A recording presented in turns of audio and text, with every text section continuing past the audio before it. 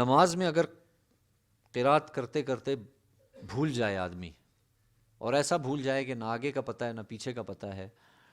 تو اس کا مسئلہ ذہن میں رکھیں۔ سورہ فاتحہ کے بعد کی قرات عرض کر رہا ہوں، یعنی آپ فرض نماز میں کھڑے ہوئے، پہلی رکعت میں سورہ فاتحہ پڑھی، دوسری رکعت میں مثال کے طور پہ سورہ فلق یا سورہ ناس پڑھ لی، پہلی میں سورہ ناس نہ پڑھیں، دوسری میں قل اعوذ برب الناس ملک الناس الہ الناس،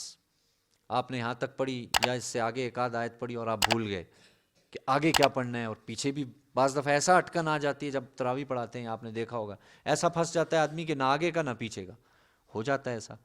اس طور پہ پھر مسئلہ کی یعنی اس کا جواب یہ ہے کہ اگر تو 3 آیتیں چھوٹی یا ایک بڑی آیت کی مقدار آپ نے پڑھ لی، یعنی فرض قرات آپ کی ہو چکی ہے، تو پھر آپ رکوع میں جائیں اور سجدہ کریں۔ لیکن بالفرض فرض قرات نہیں ہوئی، آپ پہلی آیت پڑھی اور آپ پھنس گئے،